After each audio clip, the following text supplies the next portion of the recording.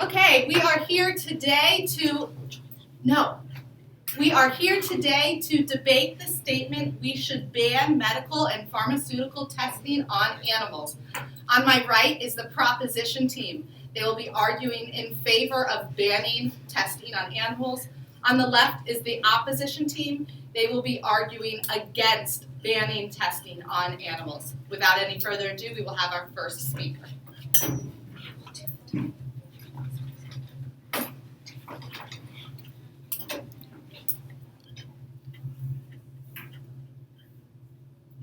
Hi, my name is LaHanna, and I'm the first speaker for the proposition side. The proposition side believes that medical testing on animals should be banned. Our arguments are that the testing is too cruel for the animals. There are alternative methods we could use instead, and there may be different results between the humans and the animals. Our first argument is that the testing is too cruel for the animals. Animals have feelings too and can feel pain just as we can. In 2010, 5,996 rabbits, 33,652 guinea pigs, and 48,015 hamsters were tested on without any anesthesia. Animals are also often caged until they are tested on, and this can be for long periods of time.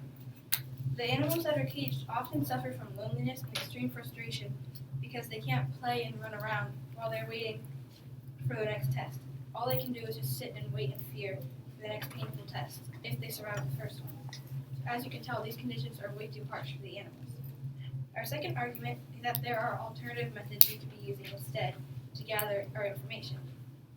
Like, for example, there's vitro testing, which is test methods and models based on human cells and tissue culture.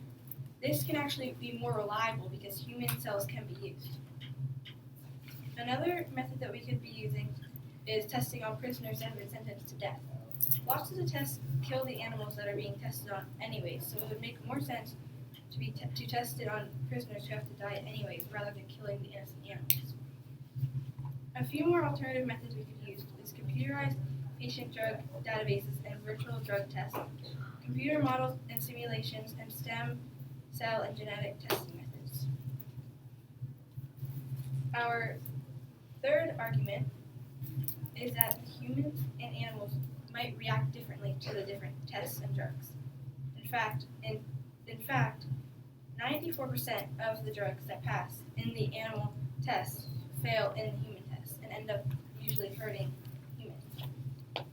An example of this would be in 2006, 6 volunteers were injected with a drug called TGN-1412 and ended up being sent to the hospital within seconds of being injected because it was causing them pain. The TGN-1412 had been tested in mice, rabbits, rats, and monkeys and had no bad side effects like this whatsoever and actually ended up curing them. But as I said, it ended up hurting the humans that were injected. So as you can tell, not all the testing actually works, and it ends up sometimes killing or severely injuring humans. Dr. Richard Klonsner, the former director of the National Cancer Institute, has stated that we have cured cancer in mice for decades, but it just simply doesn't work in humans. So we are also hurting these poor animals that most of our drugs and tests that we're doing them for don't even work. And so, in conclusion, to sum up our arguments, these animals are being treated cruelly and abused for these tests when most of them don't even work. We should be using alternative methods that could give us more accurate and reliable information because humans and animals are reacting differently to these drugs and these tests. So why should we have these animals suffering and being treated cruelly and abused whenever we have different ways to get more reliable information for our medications?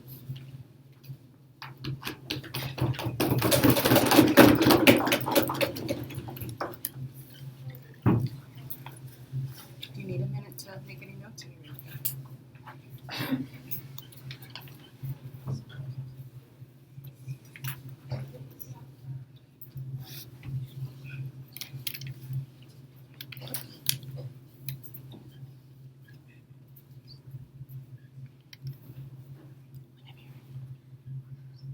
Introduce yourself first.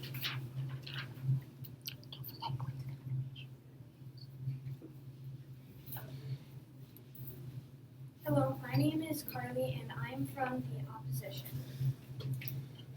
They say that the testing is too cruel, but I disagree because the animals. It is currently illegal to test on animals if there is an alternative method and for testing, and all benefits must outweigh the suffering of the test subjects. So no pain is caused to them without reason. Also, it's not just endless suffering for them. Good does come out of it. The American Veterinary Medical Association endorses animal testing. Their second argument is they say that there are alternative testing methods, and although animals and humans may look different, but at a physical and psychological level, they are very similar. Most animals have the same organs and systems. They all perform the same things in mostly the same way. Nearly 90% of the medicines used for animals are similar or exactly the same as humans. The other thing that they said was there are different reactions. And their example was that once there was, the animals and humans reacted differently and caused the humans to go to the hospital. But I disagree. I think that, like I said earlier, more good comes out of it than bad. So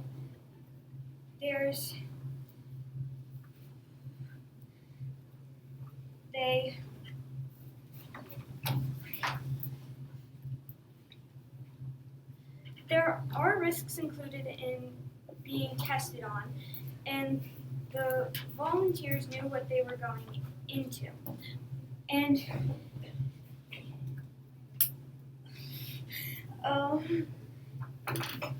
so those are my refutes.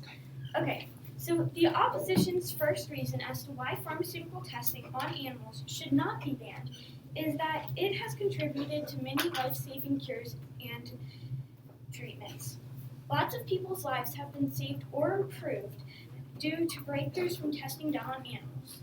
The Biomedical Research Association states that nearly every medical breakthrough in the last 100 years has resulted directly from research using animals.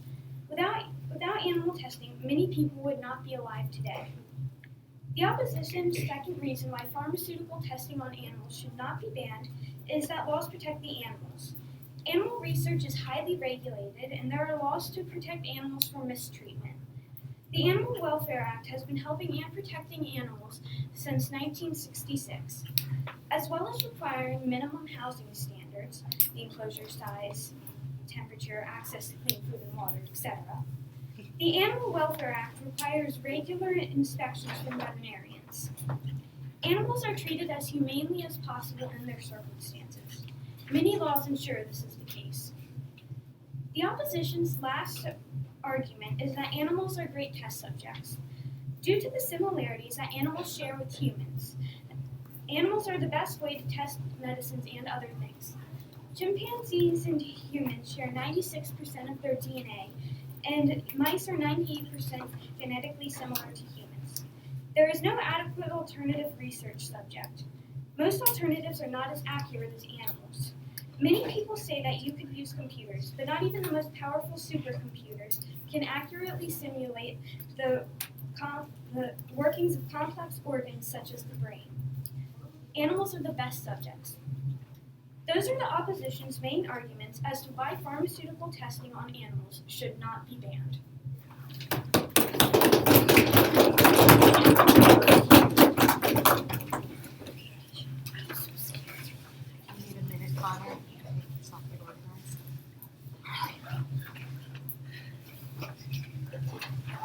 If anybody has any notes, pass it on, and that'll be a time.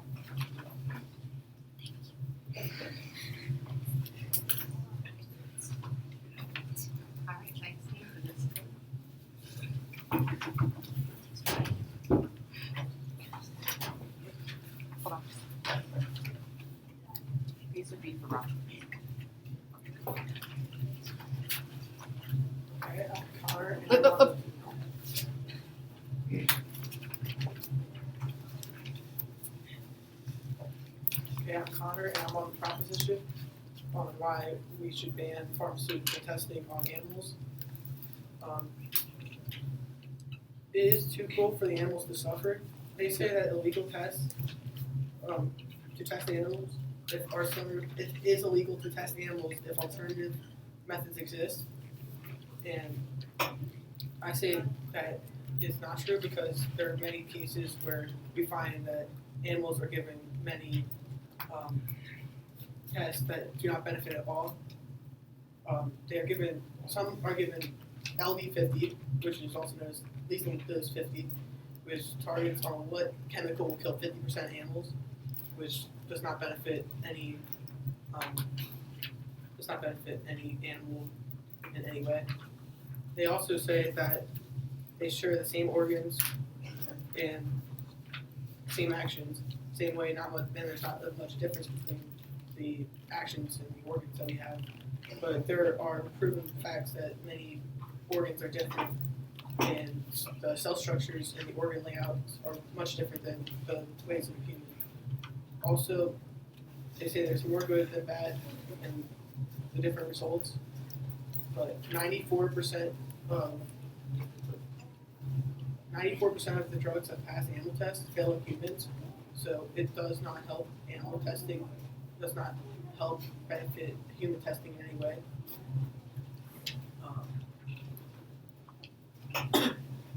We also say, back to why ours are, they're okay. So they say that it contributes to life saving, but like I said earlier, 94% of the drugs that pass animal tests fail on human tests, which can cause sometimes other illnesses or death in some cases with the drugs that pass the animal tests. Also, they say that the laws protect the animals, but that is only for the companies that take government money to help contribute to the research. There are many illegal forms of animal testing that goes and kills the animals and does harmful things to them. They also say that the laws from the Animal Welfare Act helps protect the animals, but the Animal Welfare Act doesn't always succeed in preventing cruel animal abuse.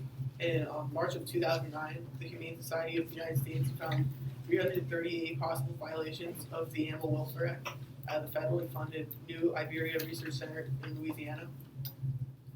They also say that many animals share the same genes and layouts of humans, like mice and primates, but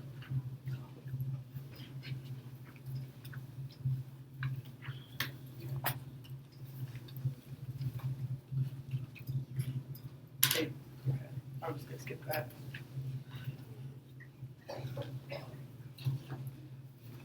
They also say that the animal testing laws help animals, but really most of them do not, because, like I said, the illegal things going on during the tests, sometimes the harm outweighs the benefit, and that is not good for animals.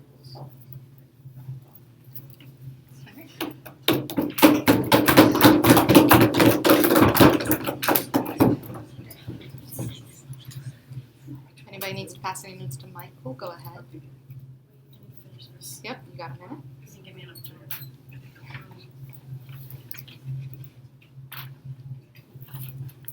Mike will be the last speaker that points of information are permitted during.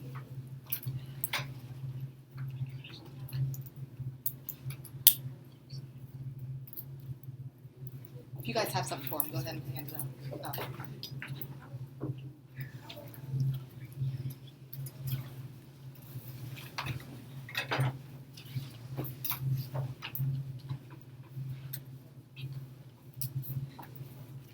Introduce yourself first. Yep, if you don't want it, just push it on. My name is Michael, and I'm for the opposition team. They say that a dose of lethal 42 is given to see what kills or harms 50% of animals, and that it doesn't help anything. However, figuring this out, what hurts or harms animals, helps us to know what not to use in the future. If we know what hurts them, we wouldn't be using it to try and find cures for people, because it could hurt them too, and we don't want to hurt the animals. They also say that 94% of testing doesn't help people. However, that's pretty much what science is. You just try and try until you get the right effect. That's all that science is. And then they also say that there are a lot of illegal forms of testing, but you can make anything into an illegal form. They permit certain things, but somebody's going to find a way around it, find a loophole, find a way to make it illegal. That's all I have for reputations. Arguments I have. In the 1940s and 50s, polio killed and paralyzed more than 3,000 people per year. The polio vaccine tested on animals lowered worldwide occurrence of the polio disease to practically none. By 2002, there were reportedly 480 cases per year worldwide, drastically less than 350,000 in 1988.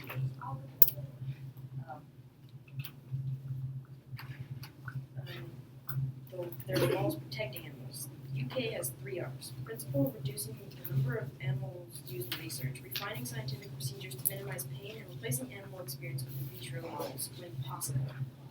Not all animal testing can be replaced with vitro models, and in the UK they have laws that regulate against testing for cosmetic reasons and only for scientific research. While they don't have that everywhere else, it's a good step towards the future for health with animals.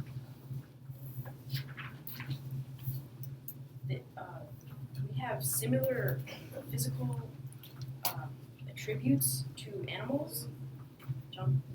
You said that they have laws that regulate animal testing in the UK, but I mean, the UK only takes up a small percentage of the world. What about the rest of the world and the laws that they have? As I said, we only have it in the UK now, but maybe it'll spread like a trend. Maybe it'll be a trend to put these laws into other countries. It's like I said, it's just a step right now. We've come so far with it, where it used to just be testing for anything that you want. We have similar physical attributes to the animals. Over the past century, the mouse has developed into the premier mammalian model system for genetic research. Scientists from a large field of biomedical research have moved towards the mouse because its close genetics and physical similarities to human, as well as the ease with its genome can be manipulated and analyzed. The mouse has a lot of the same things with us, so we only breed mice instead of going and getting dogs and cats and other endangered species of animals. We use species that are overpopulated and have no real benefit to the world except for this. And they don't know anything else. They're bred for this, and they've lived in these conditions for as long as they know. So technically it wouldn't really be abuse. And zoos do the same thing. They breed animals there and leave them there, and they don't know anything else. They're better off in the labs than out in the streets where people can run them over, mice can get them, or cats can get the mice. Other animals out in the woods can get them, so they're safer there. That's all I have.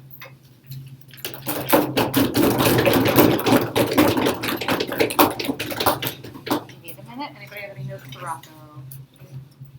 Oh, okay.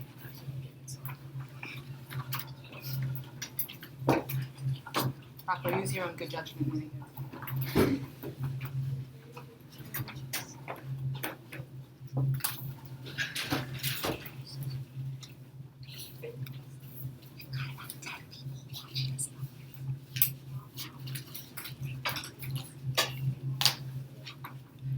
Hi, my name is Rocco. I'm the last speaker for the proposition team. They say science is all about trial and error, but it's about fact. Because if you just keep trying on stuff, then there won't be any people left to keep trying on. Also, they say the mouse is the only animal that they use, which is not true, because they also use primates, rabbits, guinea pigs, and lots of other animals.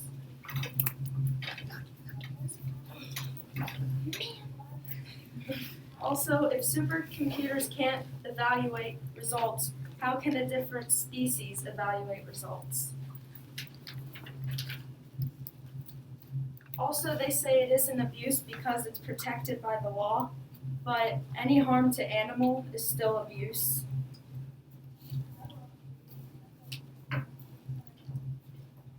There are alternative methods like microdosing, which uses small amounts of medicine to create a pharmacological effect or an adverse reaction. There are also computer simulations. We know how animals work, so why can't we simulate it? So why should we harm cute little animals when all we have to do is change the dynamics of the animals to computer code? Although this may not end testing on animals, these options can drastically lower the amount that have to be tested on. Even if one of these options cannot be done, if a test is considered too unethical to be performed on a human, why should we perform it on an innocent animal? It is also too cruel. Animals suffer from medical testing immensely, plus with modern techniques it isn't even necessary. It isn't just giving a dog a pill, it is practically killing the animal. It isn't even really testing, it's practically murdering the animal. And they don't even give them anesthesia. They just cut out half their brains while they're still awake. Also, different cell outcomes might not give accurate results. We aren't rabbits. Our DNA isn't the same as rabbits. Certain types of surgery are considered safe on humans, but have been unsafe on animals. With all the technology we have, we could just clone an organ and do the test on that organ.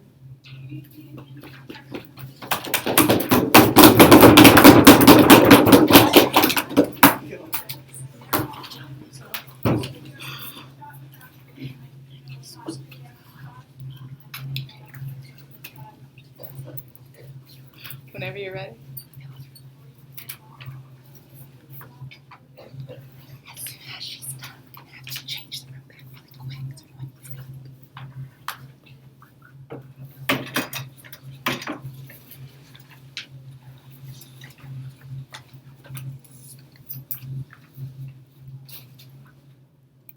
My name is Rebecca, and I am the final speaker on the opposition team. So, they say that microdosing only creates small reactions. But truly, if you are only microdosing a lot, that can not only change the results that you are given with the drugs that you are using on the animal, but it will actually end up possibly changing them to a positive effect. They say science is about fact, not trial and error, but trial and error is the basis of modern science. And that is why testing isn't called answering. Everything that we have done in the past has been trial and error. Trial and error can lead to bad things or good things. But what we mainly are aiming for are for positive results, and that is why animals are bred for this reason. They say that it is cruel and you are killing animals and not giving them any anesthesia. But it depends, because maybe that animal is already suffering and you're trying to quickly find a result that will help this animal live or find a cure for the humans.